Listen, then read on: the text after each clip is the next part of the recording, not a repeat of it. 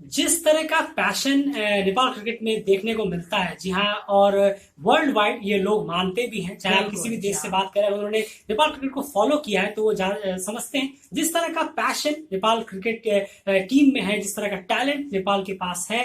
क्या आप अब दिल पे हाथ रख के बताइए कि आपको सही में लगता है कि क्या रिवॉर्ड उस तरह का नेपाल टीम को या फिर नेपाल कंट्री को क्रिकेट में मिला है? जो लेकिन आप में से कई का जवाब होगा बिल्कुल नहीं, क्योंकि हम इससे भी ऊपर पहुंच सकते थे। जिस तरह का पैशन फैंस में है, जिस तरह का टैलेंट प्लेयर्स में है, और जिस तरह का टेम्परामेंट नेपाल के प्लेयर्स भी दिखाते हैं जो भी प्लेइंग लेवल में खेलते हो। लेकिन आखिर इसके पीछे के रीजंस क्या है?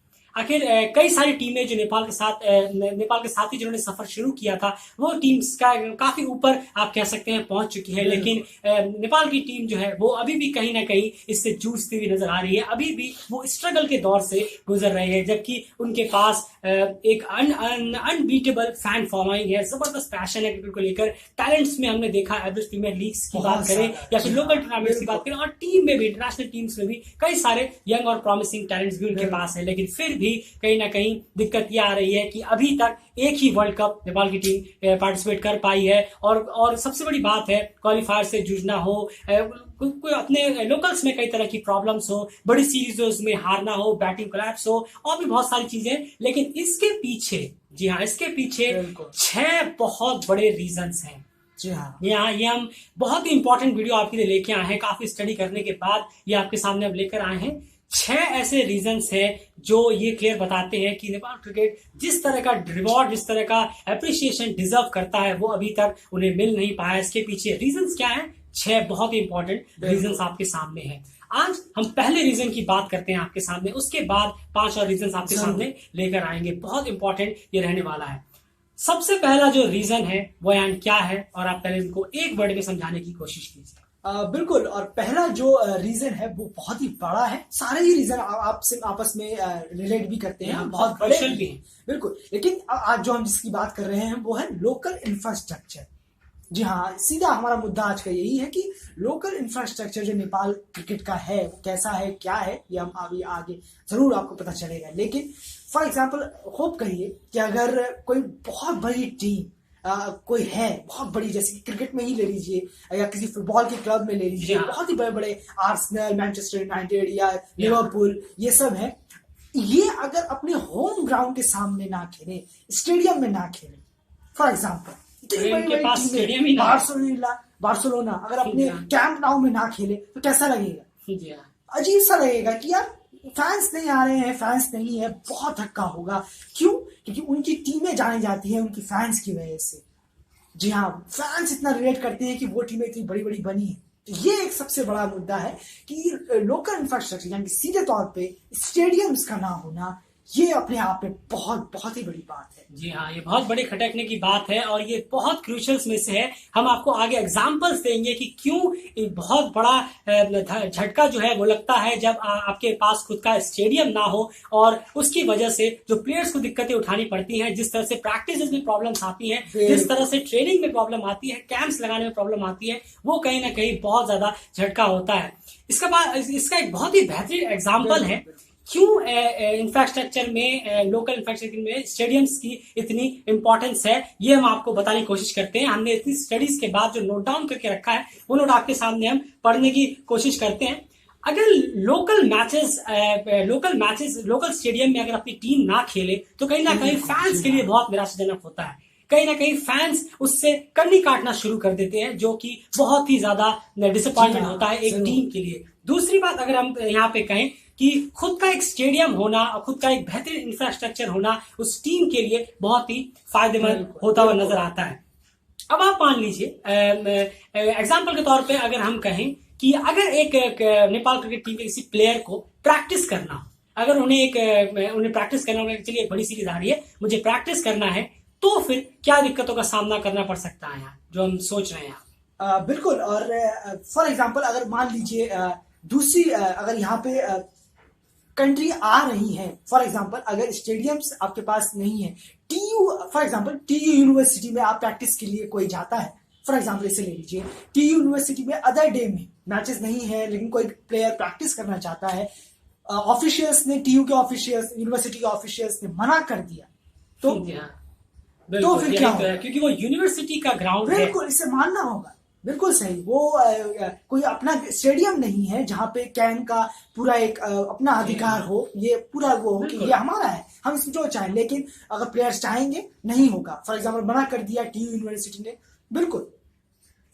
लेकिन ऐसी कंट्रीज हैं जहां पे उनका क्रिकेट आज इतना बढ़ावा नहीं है, लेकिन स्टेडियम्स उनके पास जरूर है। जी हाँ, वो लोग इस चीज को समझे हैं कि स्टेडियम होना खुद का कितना ज्यादा इम्पोर्टेंट है आज के दौर में। सबसे बड़ी बात है, यहाँ पर मैं कुछ देशों का नाम आपके सामने रखता हूँ जहाँ हमने कोशिश की है कि सारी बातें आपके सामने रखे, एग्जांपल्स दे, ताकि आप समझ सके कि क्यों इतना इम्पोर्टेंट है एक स्टेडियम का होना। Afghanistan, Myanmar, China, Ireland, Netherland और कनाडा, आप यकीन मानेंगे इन सबका खुद का स्टेडियम है। जी हाँ, जबकि ये टीम्स इतनी बड़ी भी नहीं है क्रिकेट में, और इसमें से एक या दो टीम ही है जिनको सिर्फ 2018 में, अभी कुछ टाइम पहले टेस्ट प्लेइंग नेशन का दर्जा मिला है। अगर आप पैराडमिक के 2 साल हटा दे तो आप ये कह सकते हैं कि 1 साल पहले ही इनको टेस्ट प्लेइंग नेशन का दर्जा मिला है। म्यांमार, चाइना, नीदरलैंड्स और कनाडा के पास भी खुद का स्टेडियम है।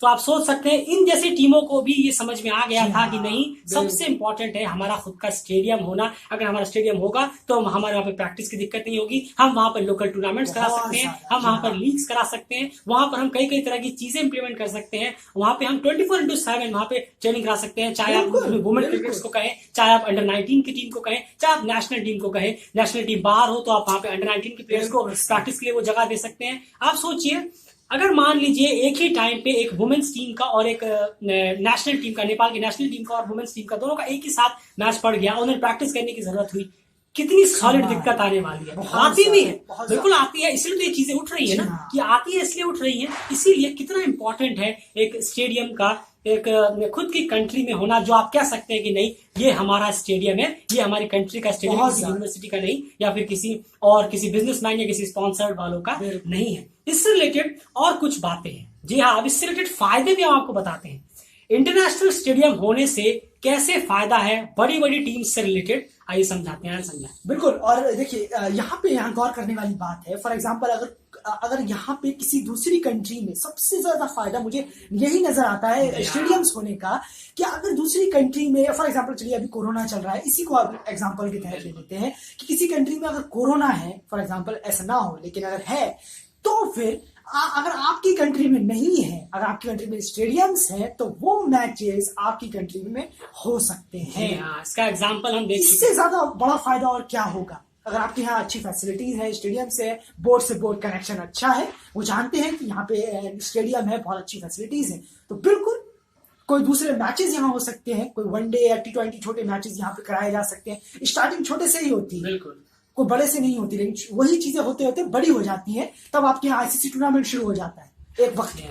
तो ये सब चीजें हैं। बिल्कुल। और इसका एग्जांपल अगर हम लें तो बिल्कुल अभी हम ओमान से एग्जांपल ले सकते हैं। जिस तरह की यूएई में जब ग्राउंड्स की शॉर्टेज हुई तो उन्होंने एक पास में एक वेन्यू देखा कि देखते हैं हमारे आसपास कौन सी वेन्यू है, वहां ओमान अपने स्टेडियम को लेकर रेडी था। और आप देख सकते हैं आज किस तरह का अट्रैक्शन, टूरिस्ट से लेकर हर तरह से लेकर बेहतरीन काम ओमान ने किया है अपने स्टेडियम को लेकर। और वहां पर देखिए क्या शानदार तादाद में भीड़ उमड़ रही है और किस तरह से उनका क्रिकेट धीरे धीरे डेवलप हो रहा है। इससे फंडिंग में, आपकी फंडिंग में, अर्निंग में, सब जगह में आपको बहुत बड़ी अर्निंग होती है इससे, कि आप वहां पे टूरिस्ट आते हैं, जब आपके यहाँ मैचेस होते हैं तो वहां टूरिस्ट आएंगे, अर्निंग बढ़ेगी, सब कुछ इंफ्रास्ट्रक्चर और स्ट्रांग होगा। इससे आप ही को फायदा है, किसी दूसरे को नहीं। तो लोकल इंफ्रास्ट्रक्चर, स्टेडियम, ये पहला और मस्ट है किसी भी टीम के। जी हाँ, जैसे कि हम कहते हैं कि किसी भी इंसान का सबसे पहला अधिकार जो इस पैदा होने के बाद होता है वो होता है उसका वोट देना। उसी तरीके का एक क्रिकेटर अगर कोई है तो उसका सबसे पहला अधिकार अगर कोई है तो वो है एक स्टेडियम उसकी कंट्री में होना। क्योंकि अगर उसकी कंट्री में एक स्टेडियम होता है तो वो उसमें प्रैक्टिस करने जा सकता है और बहुत तरह की चीजें वहां पर हो सकती हैं। और जिस तरह से हमने कहा, अगर आप स्टेडियम बनाते हैं आपको थोड़ा सा कहते हैं दूरदर्शी आप कह सकते हैं, उस तरह से सोचना पड़ेगा। आपके यहाँ पे बड़े बड़े इंटरनेशनल मैचेस हो सकते हैं। इंडिया वर्सेस पाकिस्तान के चलिए हम मैचेस ले लेते हैं, क्योंकि चूंकि ज्यादातर आमों में नहीं खेलती हैं, यहाँ पर न्यूट्रल वेन्यूज वो ढूंढते हैं, यहाँ पर वो मैचेस हो सकते हैं, लीग्स हो सकती है। और कोई देश अगर चाहता है कि वहां पर, जैसे हमने कहा पैंडेमिक है, तो वो यहाँ पर मैचेस करा सकते हैं। खुद की टीम्स प्रैक्टिस कर सकती है। आप 24 घंटे दरवाजे वहां पर खुले हुए रहेंगे, कोई भी टीम आए, कोई भी प्लेयर आए, आप आराम से वहां पे प्रैक्टिस कर सकते हैं, आप वहां पे लीग्स करा सकते हैं।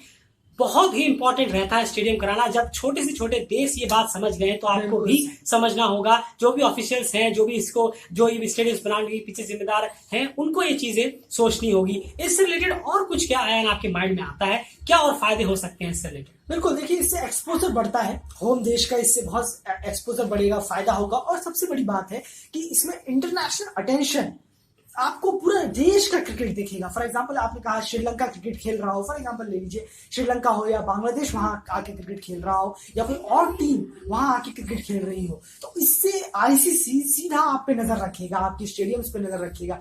तो बिल्कुल, और यहाँ पे नेपाल में अगर इंफ्रास्ट्रक्चर बढ़ेगा, स्टेडियम बढ़ेगा, तो यहाँ खाली मैचेस होंगे लीग्स के या कोई भी मैचेस हो, तो इससे बाहर के जो इंटरनेशनल जो है वो इंटरनेशनली अटेंशन नेपाल की तरफ जाएगा, स्टेडियम्स की तरफ, और नेपाल के जो फैसिलिटीज है स्टेडियम की उसकी तरफ ऑटोमेटिकली जाएगा। आईसीसी इसमें ज्यादा से ज्यादा ध्यान देगा। तो प्लेयर्स जी हाँ जो वहां खेलेंगे वो अपना रिव्यू देंगे, उनको कैसा लग रहा है, क्या लग रहा है, फील कैसा हो रहा है। तो इससे ऑब्वियसली है एक्सपोजर बढ़ेगा, मनी अर्निंग होगी। अर्निंग तो सबसे ज्यादा अगर होगी ऑब्वियसली होगी।